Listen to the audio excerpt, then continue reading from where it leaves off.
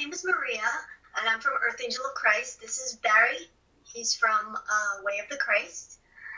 And I'm going to let Barry explain to you what we're going to be talking about today.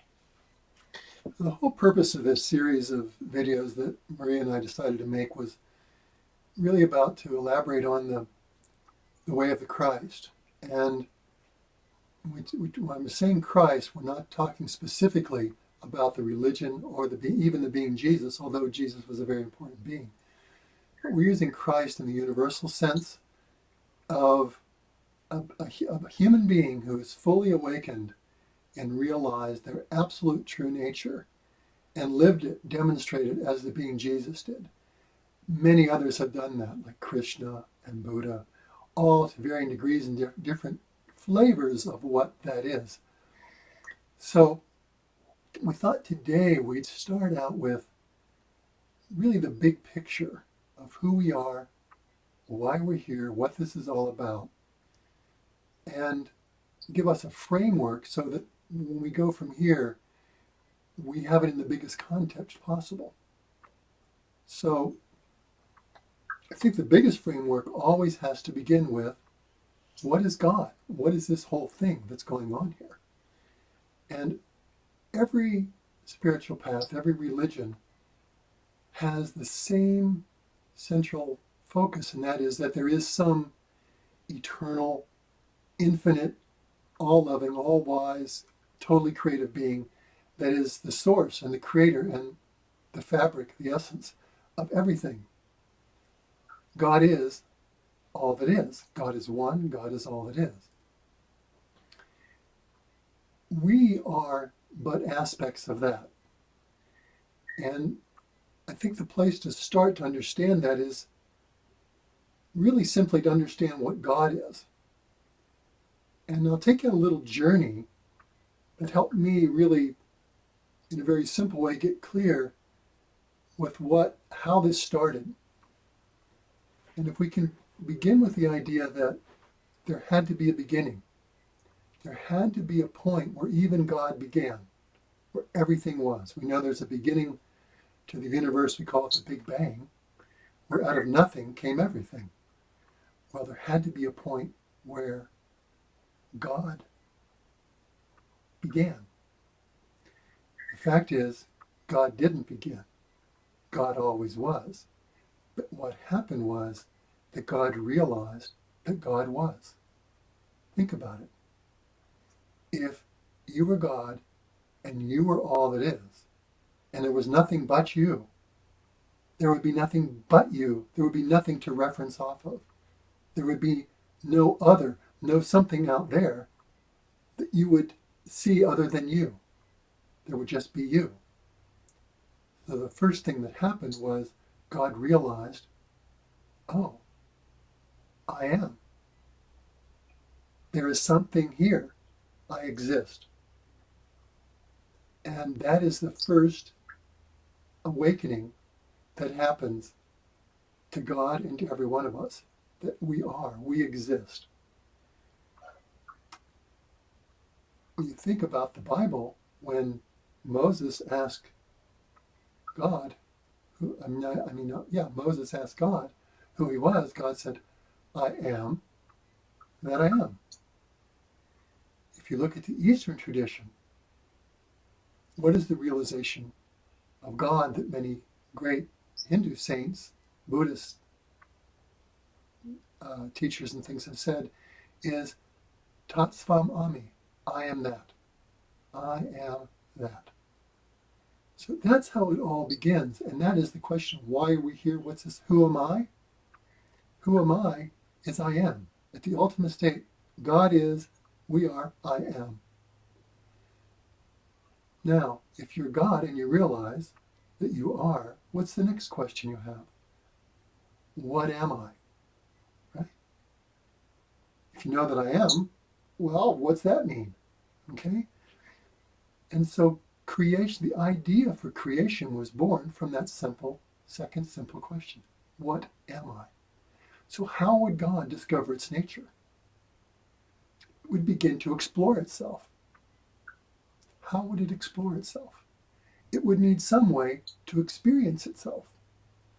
So what God did to experience itself, it projected its consciousness out so it could look back at its source.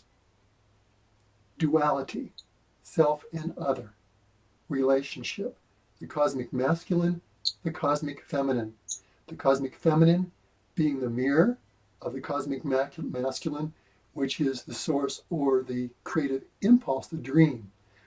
The cosmic feminine is what takes that image, that dream, and gives it life, gives it form, gives it substance, gives it extension. Okay? So that duality is the first thing that happened in creation.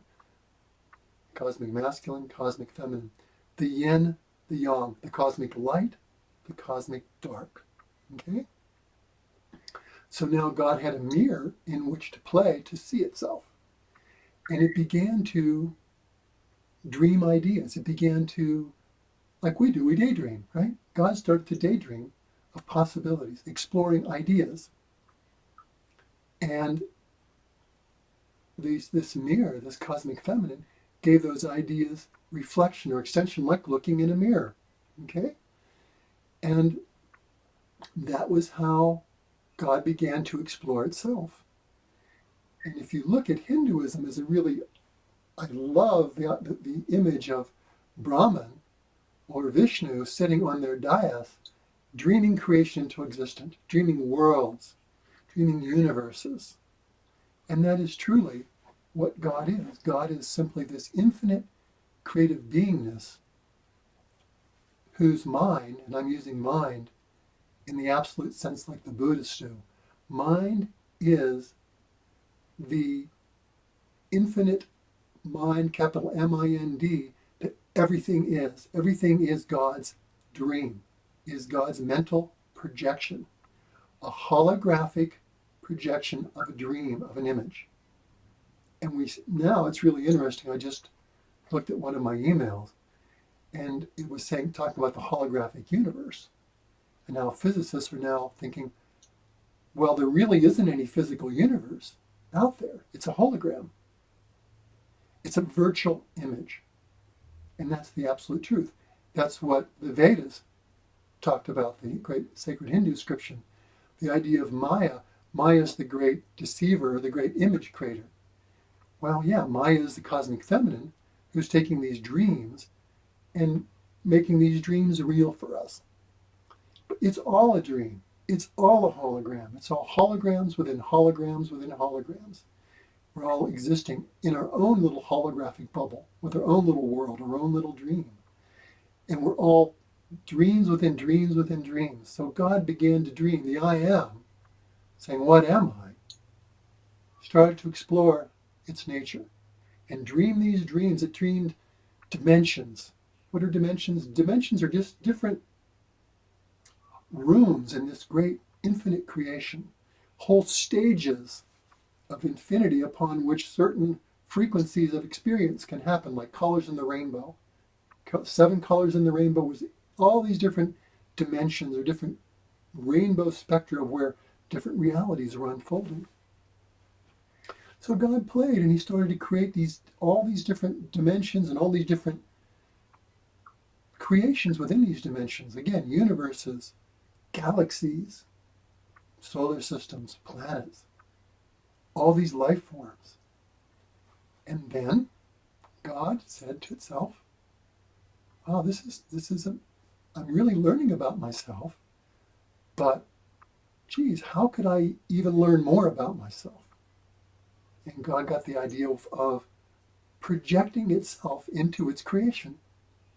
In other words, it could take the essence of its own I amness and take a part of that I amness and project it out into its creation so that it could be in its creation experiencing itself from within itself.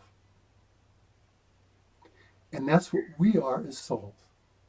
So it basically fragmentized itself into an infinity of little tiny holographic fractal aspects. In other words, the ocean of God broke itself down into a whole bunch of little drops so that it could project itself into that drop and experience the ocean from inside that drop. We are a drop in the ocean of God. But we are also the ocean in that drop. Because what is the ocean made of? Drop made of? The same thing that the ocean is. So we are identical in every respect to God, one, all that is, in every respect, but at a subset. Okay? I love that analogy. That's beautiful. When we realize that, then we have our basic understanding of what this is all about and who we are. And awakening is nothing more than awakening to who I am, why I'm here, and what this is all about. You cut through all the different paths and practices, etc. The perennial philosophy of all religions, all paths, and all practices is to awaken and realize our true eternal nature as aspects of God, one, all that is. To realize that, not as a thought or an idea, but to realize it as the being Christ did, as the being Buddha did, as the being Krishna did. They were it. And so it's basically God playing in a big sandbox. That's the metaphor we used last time. That's another way to look at this. God is always playing like a kid. There's nothing serious going on here. That's the first thing. God's like a little kid trying stuff. That's what God is. God is just trying this and trying that, just like little kids do. What do little kids do? They get in there and they go, oh, I'll try that and that. Or when they get older and somebody gives that little girl a dollhouse with all mommy and daddy and kids and flowers and plants and rooms and furniture, what does that little girl do? She starts moving it around in there, and then she acts like, okay, I'm going to be daddy, I'm going to be mommy, and then she's okay, daddy. Mommy talks to daddy, so she's mommy talking to daddy, and then she comes to be daddy talking to mommy. She projects her consciousness and becomes, projects it into daddy, projects it into mommy, and has this dialogue and this play. That's all that's happening here. We are the projection of that infinite oneness, the God, into these forms, into the soul, to experience itself from within itself. That's all that is. So our journey is really, I saw a great video a couple years ago that comes to mind. It was the Dalai Lama talking to this group of Buddhist devotees. And people kept saying, wanted him to talk about all these esoteric things like what's enlightenment. They kept pressing him. What's the purpose? What's enlightenment? How do I get enlightened? Why am I here? And he looked and you could see him scratching his head how to answer this question. Then he started to laughing only as the Dalai Lama laughed deep in his belly. And he said, have fun, have joy, have children, play, enjoy life. And at the time, everybody was kind of tucked back while they were looking for something really cosmic, But Dalai Lama was simply saying the same thing that is the impetus of God's whole creative impulse. To enjoy life, to explore it. And it's all because of love. It's the impetus, the impulse behind it is love. The love of life, the love of creation, the love to explore it. That's all it's about. That is the answer. Why we're here, what it's about. To realize who we are, and to realize it's all about love, all about exploring life, because that's what we love to do. Very interesting. So basically it's all the religions at their base. Do you think that it's just kind of looking at the elephant from different points of view? Yeah, it's different ways of seeing it. And if you go to the core essence of it, it's to realize who we really are. There's all these different paths, that realize that who we are from different perspectives. For instance, the Buddhist perspective realizes ourself as the infinite pure emptiness. Well, God's absolute nature is pure infinite empty consciousness. At the absolute sense. There is really nothing but that consciousness of I am. And that's actually one of our three aspects of our nature as souls. But God's nature is threefold too. God's nature is the Father, the Son, and the Cosmic Mother. And we literally have three centers in our being that are holographic focuses of that. One is the infinite I amness, the light of God, the pure infinite light. One is the love, and one is the life. And typically each path tends to focus on one of those aspects more than the other. Like Buddhism, and pure enlightenment is the emptiness, the void, the pure oneness, the suchness, as they say it, just the absolute I amness. And everything is just the dream dancing in that I amness. Advaita Hinduism is the same thing. In other words, none of this is real. It's all Maya. It's all illusion. And at the absolute sense about it, it is.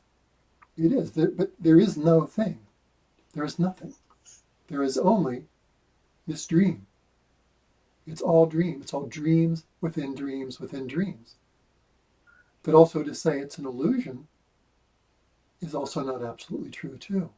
Because that dream is real. It's God's dream. It's God's mind dancing. Is that real or not real? It's real as mind. It's real as infinite mind. But everything we see, our idea to make it solid, tangible, physical, that itself is a dream. And what the ancients always told us was, know that which has form, formless to be real, and the form to be unreal. It's what physicists are saying now is the universe is a hologram. It's a virtual image. I don't know if you've ever been to Disneyland or Disney World. I'll never forget going there the first time and seeing my first hologram. But, a hologram is nothing more than an image in space. It's a virtual image. When you look at it, you can walk around it and look at it from all sides. And wow, it looks very real. It's really three-dimensional. It's really there. But if you put your hand up, there's nothing there. There's really, really nothing there. It's an image that's being projected into space. Everything is that. And everything is the image created in consciousness, in infinite mind. That's all that's going on here. Very interesting. Can you talk a little bit about the order of things and how things work on the other side in that sense? Tell me more about what you want to know about order. What we talked about a little bit the last time, how it's set up in with the beings. I mean, how there's an order to them. Oh, okay. You're talking about the hierarchy of creation. Exactly, the hierarchy of creation. Well, in some ways there's no hierarchy, and in other ways there is. That's the first thing. And ultimately, the hierarchy and understanding this is of really secondary importance to understanding the absolute, like I said.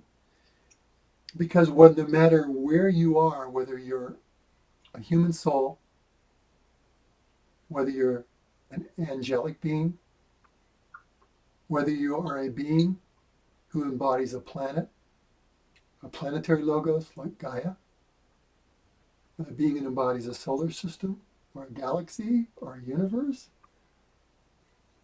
there's no different in one thing. We are all holographic fractal aspects of that one. And all that's happening, no matter what level we're functioning at, is that we are realizing that. A human soul is realizing it at this level of creation, in this human form, in this third dimensional reality. It's realizing that it is one, it is a holographic aspect of God, one, all that is. Now, at the level of this planet, there's a being that is a sentient consciousness of this planet, just like it's the soul of this planet. And it is realizing its nature as a planet. There is a being that's realizing itself as the sun, the solar logos, on and on and on. Each of them is a creative entity of its own. We are creative entities, just like the one, just like God. We are having our own dreams, and we are creating our own reality continuously. And through the creation of our own reality, we are coming to understand who we are. Every moment, if we look around us, what we're experiencing is our dream reflected back at us. Whether that dream is a happy, joyful dream or a dream that's a nightmare, it's our dream, consciously or subconsciously, and mostly the latter. It's unconscious to us. And we'll get a lot more into this in the future because this is really what's important, ultimately. But when it comes to the vast level, to answer your question, there is a hierarchy of beingnesses that begins with the source. We call God the Father. And that being then has, we call that the Godhead, has various beings around it, various aspects of itself, again, really. And they're different in every culture. Every religious thing has a different name for those things. Like in the Judeo-Christian, they call some of those higher beings the Elohim, the 24 elders that sit around the throne of God in the Bible.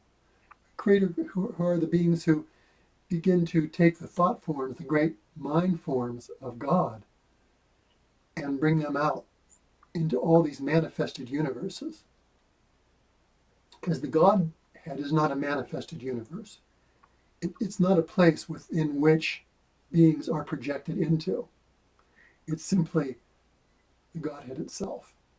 All God in its creator status. Okay?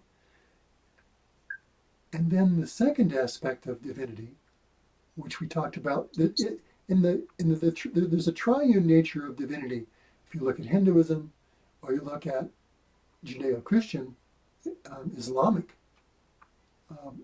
paths, is basically the triune is the source creator, the Father, the Son, and they call it the Holy Ghost in Christianity, which is really the Shekinah, or the feminine. It's the Divine Mother aspect.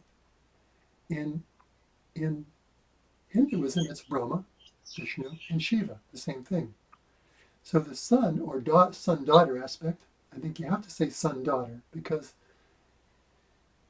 the second aspect, which is the soul itself, is the part of God that projects itself inside of its creation to embody and experience itself as a soul, is the second aspect, which is what we each are as souls. At the ultimate aspect of the son-daughter aspect, the highest level, are the beings who create universes.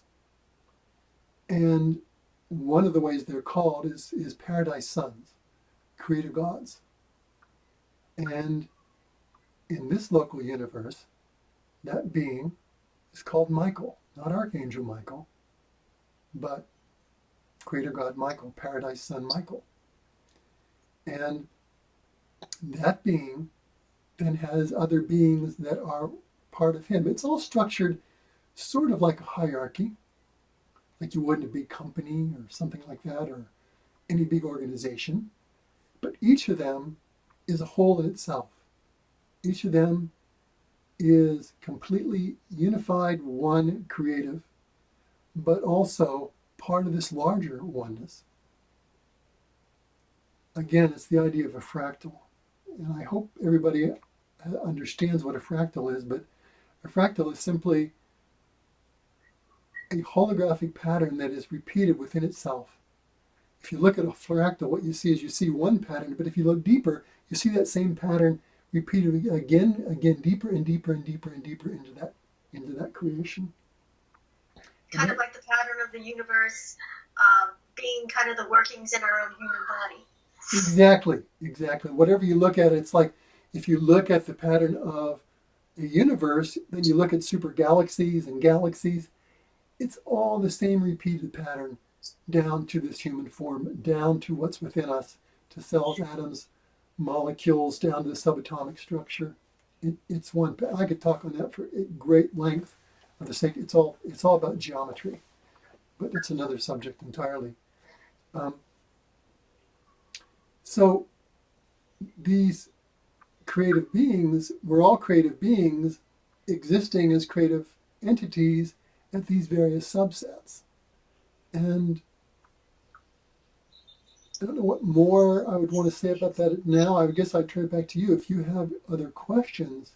No, I just wanted you to clarify that because I remember last time when we were talking about this, when you explained it in that way and explained it in a way where it kind of went down in the order of, let's say, military, where you have the generals, the commanders, and so on. I thought it was important for people to have that concept in their mind while you're talking. It's really, that is a good metaphor.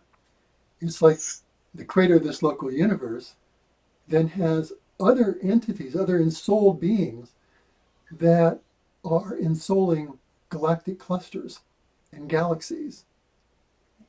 Kind of like in an army, you have divisions and subgroups within those. I was never in the military, so I don't know all the different, what they are, but they're all functioning together as a oneness. They're all functioning as a oneness within themselves and doing what they do, but they're also functioning holographically unified with this larger oneness. And that's the way, and then each of these creator gods is functioning with the oneness of the universal source father and the mother, who is making sure always that it's part of life. So it's all these fractal onenesses, but it's oneness within that. It's oneness within oneness. It's a many-in-one universe. Right. I just thought it was important for people to know, especially the people who are waking up right now and are having visitations from beings, and to understand kind of how that works and how, they're all coming from God. Yeah, they're all coming from God. And even, I don't know if we should talk about this now, but even what we call the bad or dark sides of this whole story is also coming from God. This is hard for people to really grasp or understand. If God is all that is, just consider this for a second. If God is all that is, there can be nothing else but God, right? It's impossible. Right. Okay? Now, that means that everything, everywhere in creation, has to be part of God. So we have to get our mind, our consciousness, big enough to hold it all. Even the dark, hard stuff, even what we call evil, has to be part of God. This is where it gets confusing for a lot of people. Because God, ultimately, is love. And God is all perfection. The absolute nature of God, in its real awakened state, is absolute wholeness, perfection, love, joy, happiness. It's that kid playing in the sandbox out of love. That's what God is. Then we get in trouble, go, well, then how can God create all these tragedies like we see on this planet so often? And that is because when God created each of us and created creator gods and all these beings, we are part and parcel to God. We are free will entities just like God, exploring ourselves. And so we have all the free will capacity of God to do anything. That we can dream any dream that we want to dream and experience it. And think about it, if you're an all-loving God, what could you do but give all your sons and daughters all the same latitude that you have? You wouldn't say, I'm going to limit you. You can and can't do this and that. You've got to find out who you are. You've got to explore your nature. So we get to do that. We get to do that as individual human souls. We get to do that as planetary souls, galactic souls, universal souls. So one of the things that we can do is explore ourselves as separate beings. We are individualized, but we're not separate. Nothing can be separate because God is all that is. But at the end of the day, isn't that God just playing with himself in the sandbox? It is. No? It is. Everything is. Even what we call cosmic evil is God playing itself in the sandbox. Because one of the dreams that God can have is to go to sleep to itself, is to forget itself. Okay? And what happens when God forgets itself? When God forgets itself, it forgets and loses touch with its true nature. And God's true nature is holy, pure, perfect divinity. So when it goes to sleep and forgets that, it lives in the shadow. The light of its true nature is gone, and it lives in the shadow of that. That's the whole term where shadow comes from, the absence of that light, the infinite light of God, the source, the one, the all that is. And the shadow of that is the inversion, the opposite of that. The absence of that. Fear in itself does not exist as a real thing. Fear is the absence of love. Love is the truth. Fear is when we go to sleep to love. When we lose touch with love, we experience the inversion of that, or the opposite of that is fear. When as God beings, we are all knowing beings. We know everything. God is omniscient. We are omniscient beings in our awakened state. Remember when Jesus knew everything about everything? You could ask him, he knew exactly everything that was going to happen would ever happen. He just showed us what happens when we wake up.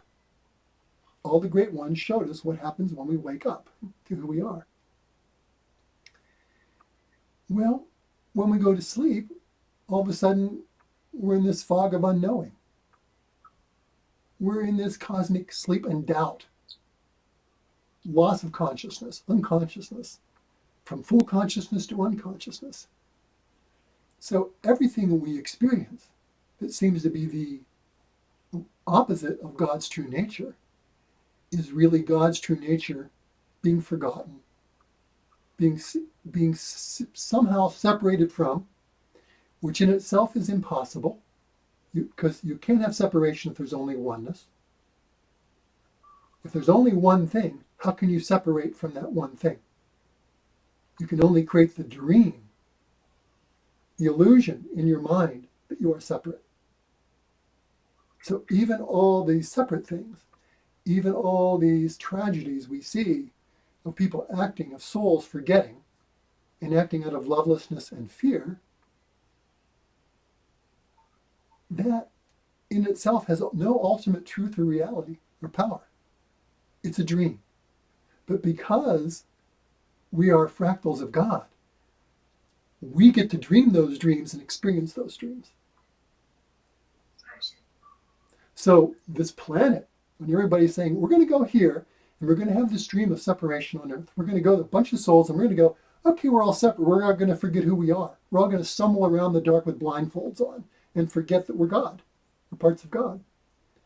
So we're going to be afraid. We're going to doubt. I'm going to see you as over there, separate from me. And therefore, I'm going to be afraid of you because I don't know you and I don't know what you're about. And I'm going to see you as my threat. And everything's going to be a threat. And guess what happens? Because reality is a holographic projection of our consciousness, that's what is. That's what we create. That's what's out here. And so we create this dream or this better nightmare of separation.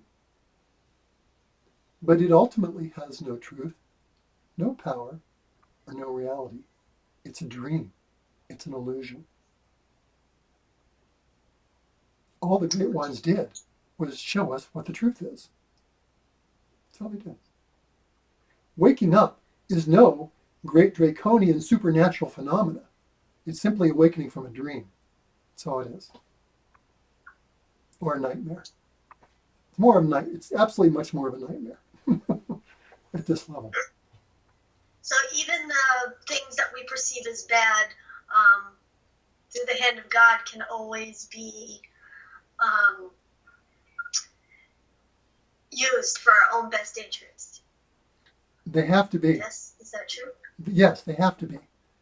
Because if the impulse of creation is love, even this is based in love. This is where we have to stretch our minds into paradox. It's where people get such a difficult time with, well, why did that child die, of cancer when it was 2 years old? How could there be a God? It's where we have all these difficulties. Understandable from this perspective. But that's only the perspective of being asleep to who we really are. Because that child didn't die. That soul never died. That soul, nothing happened to that soul. That soul is unchangeable, fixed, immutable God being. This is a play. This is a divine play. There's a great saying in the Vedas that my Satguru Babaji always said, Jai Mamahaya Ki Jai, hail to the great play of life. It's a play. We take it so seriously. But that's part of it. If you're going to have a play and you're going to be in character, a really good actor, when you watch them, they're in the role. They've forgotten that they're their real identity. They're that character in the play. And they're living that, and you can see it. And that's what we do here. We forget. Maybe that's why people love movies so much, because it's such a good example of how life really is. How life really works. I think so. I think you're onto it. So we're creating our own movies. It's all our movie. And we get to create whatever movie we want to create. And if God says, I want to create tragedy, chaos, death, destruction, war, God goes, I love you, go ahead. Because I know nothing can happen to you. Because you always are in my being. You are always part and parcel to my being. And no matter what you do, my being is eternal love, light, and life. It is eternal, omnipresent, omniscient, immutable. It's your dream. Go ahead and dream your dream, because I know that you will dream that dream for as long as you need to dream that dream. Then one day, you're going to get tired of that dream. And you're going to want to awaken. And guess what? That's what's happening right now on planet Earth. That's the big picture. Human souls descended into these animal forms hundreds of thousands, millions of years ago, a million or few million years ago, to explore themselves in these dense incarnate forms, forgot who they were, and now we reach the time where those souls have explored this earthy, physically fleshy realm to its ultimate. We've done everything with matter we can do here. We've built all this stuff, created all this stuff out of physical matter. And we've taken that to its end. We can't really go much more. We can destroy it all. We could do that. We could create a way of destroying that. And even that would be okay. That would be the next. It's happened other places before. Planets have been destroyed by beings. And even that's, again, it's okay. That's just another possibility in this dance. But ultimately, there comes a point where we've explored this and we want to know. We begin to ask that question on a deeper level. Well, who am I really? Why am I here? What is this all about? Geez, I've made $200,000 this year. I bought that new car. Got this 500 square foot house. I have all these things, but somehow it doesn't feel like that's it. There's got to be something more. This feels empty. They experience that they're missing something. There's suffering within them. Something's absent. And that is the first moment where they realize that there's something deeper they need to find out about themselves. That's how awakening starts for every being. It can come as great pain or suffering, that life can fall apart, or this emptiness, hollowness in the middle of all this affluence. It doesn't matter. But it's within them, there's this knowing that there's something more. Because that goes right back to the original thing. What is God doing? Who am I? Why am I here? What is this all about? So humanity now is asking that question. The human soul is asking that question. Who am I? What am I really about? Am I what I see in the mirror? Or is there more to who I am?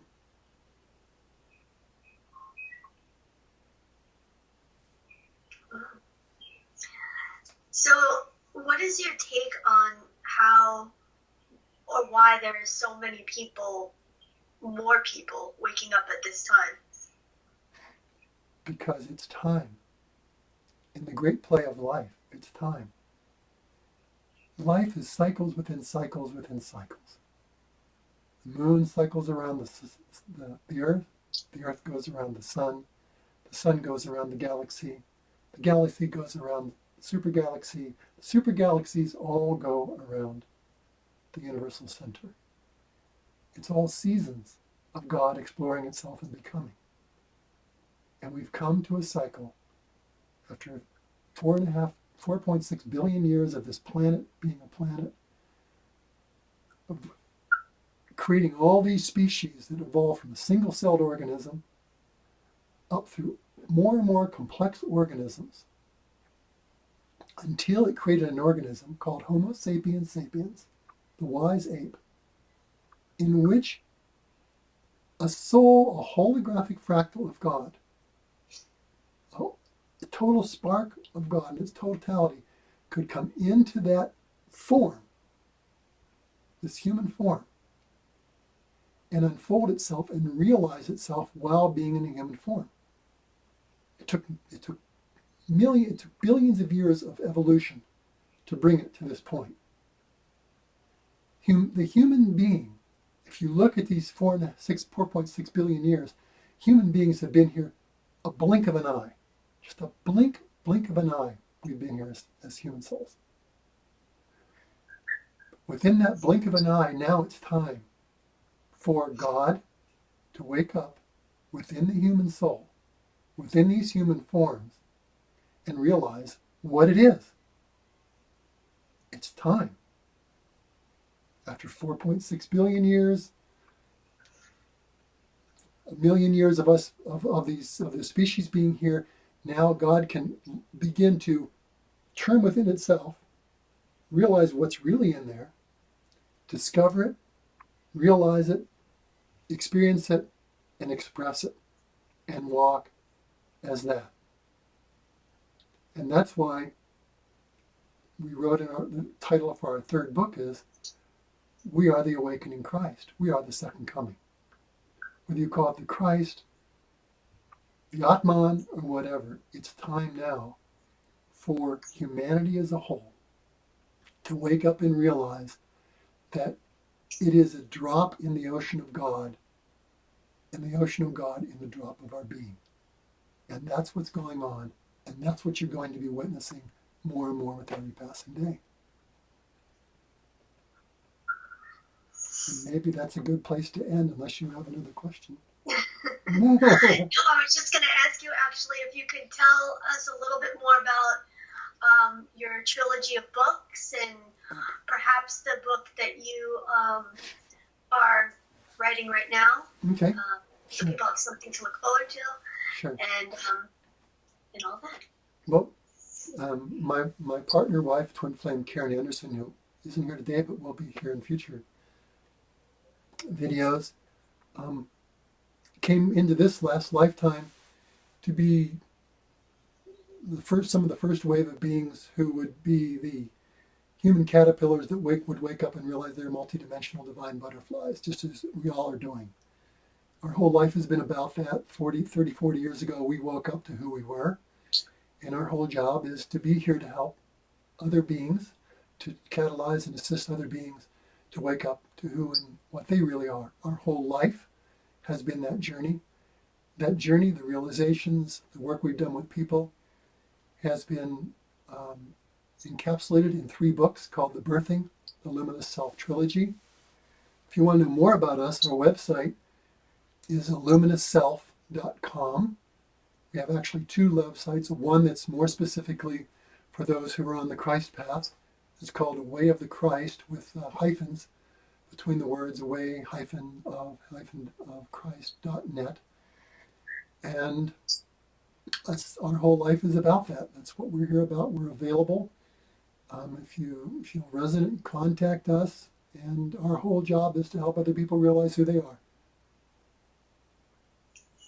Which you have definitely helped me do that as my mentors. So all those links to your book and your website will be in the description box, right?